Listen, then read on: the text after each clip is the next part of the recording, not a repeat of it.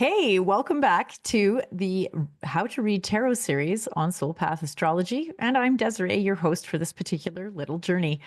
So let's get started with the minor arcana. Before I do, though, I do want to give a huge nod to Mr. Elliot, the author of, so Elliot Adam is the author of Fearless Tarot, and also Bridget Esselmont, the author of this one here, The Ultimate Guide to Tarot Card Meetings. This is Biddy Tarot, if you've looked at her online. These two authors and tarot readers have been hugely pivotal, and I want to be sure to give them a huge nod because without their influence in my own reading style, I don't think it would be where it's at. Both of these authors, both of these tarot readers have a positive lean towards tarot interpretation and more see it as a personal development tool, such as me. There's a lot of alignment with our viewpoints, and I just feel it's so important that we always give a nod to where we've learned and what our influences have been. There have been others, certainly, but these two, as you can tell by the scope of the book, all dog-eared and coffee stained, have been with me for many years, and I'm sure will continue to be influences in my own practice. So let's talk about the major or minor arcana. And first, what we'll do is talk about the suits. So there are four suits in tarot. There are the wands, there are cups, there are pentacles or coins, and there is swords. Now, in Thoth or Aleister Crowley's deck, the suit of swords is a little bit different, but we're going to just look at it from interpreting it through the Rider-Waite deck, which is what I primarily use. With that, wands is about creativity. Swords is about thought or the element of air. Wands, I should also mention, is fire. Earth is pentacles or coins, and that is more of the practical stuff. And then cups is associated with water, and it is our emotional body. I'll jump more into these. I'll flesh them out as we move along in this video, but just wanted to give you a quick overview. Maybe you want to make some notes about that so that you can have like these sections, not only on a piece of paper, but also mentally in your mind to start planting some of this information. Originally, when I was learning tarot, I found it incredibly overwhelming because my methodology was to just basically digest, like to take in as much information as I could from as many sources as I could find. And it became super overwhelming. One of the things that I found really helpful was to slow it down and to chunk it into smaller bite-sized pieces, one of which was to recognize that each of these suits represented an element and a certain part of the human experience. And then I just sort of focused on one of those for a little while. So let's start with wands. Wands, like I mentioned, is the suit of fire. It is the element of fire, and it has to do with creativity, spirituality, inspiration.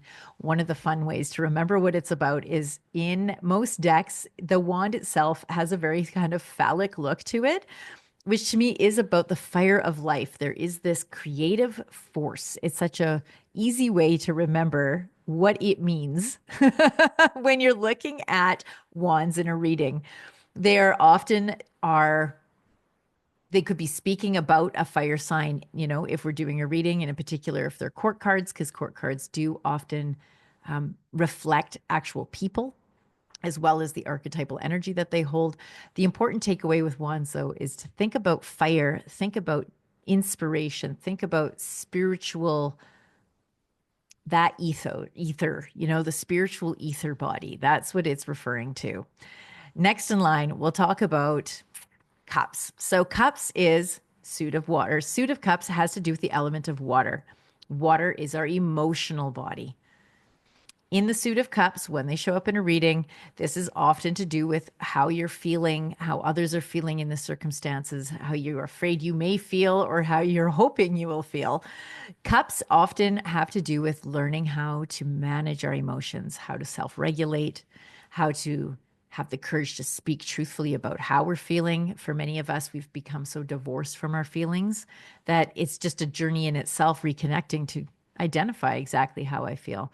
Often in our journey, you may find that you have some big feelings coming up. And when that's the case, you'll probably see a lot of cups in your readings. Next, let's jump into pentacles or coins. Pentacles is the element of earth, and it is our physical body stuff. This is money. It's our house. It's our physical body. It's the tangible stuff that you can touch, right? It's the 3D world. That is the body that it is representing. When you get a lot of pentacles in a reading, it often is that money is on your mind, or your health is on your mind, or you're thinking about moving, something along those lines, but where there's this really tangible aspect to it. And last, we have the Suit of Swords, which has to do with the element of air. This has to do with our thinking. Often it's our inner dialogue. A lot of the swords cards can be the more challenging cards to receive in a reading. They're the ones that draw our attention to our inner critic. Often there is a lot of, the saying about a double-edged sword. So on the one hand, at its highest octave, a sword can cut through BS. It can cut through confusion. It can cut through the fog of indecision. Conversely, though, it can be cutting, right? So like all of things in life, how you use it and what octave you're working with it in is going to really have an impact on how you experience it. Don't be afraid of the Suit of Swords, but do recognize that when you get a reading that's heavy in swords, odds are there's a lot of internal self-criticism going on, a lot of thinking, a lot of using our logic to try to make decisions. And I find that often with the swords, when there's a big spread with a lot of them, the invitation is to drop back and find some more balance with other elements in our body, our emotional body, for example, our physical somatic expression and experience, that body, right? And also the spiritual, some people confuse that, so the wands, with thinking, and it's not. It's this deep knowing that has something to do with not your head. Swords is thinking, wands is not. And I can definitely get into more clarity around that. If you have questions, please let me know in the comments, and I will do my best to answer them in a timely manner. Hope that landed. If you have questions, please do comment. It's my joy to respond.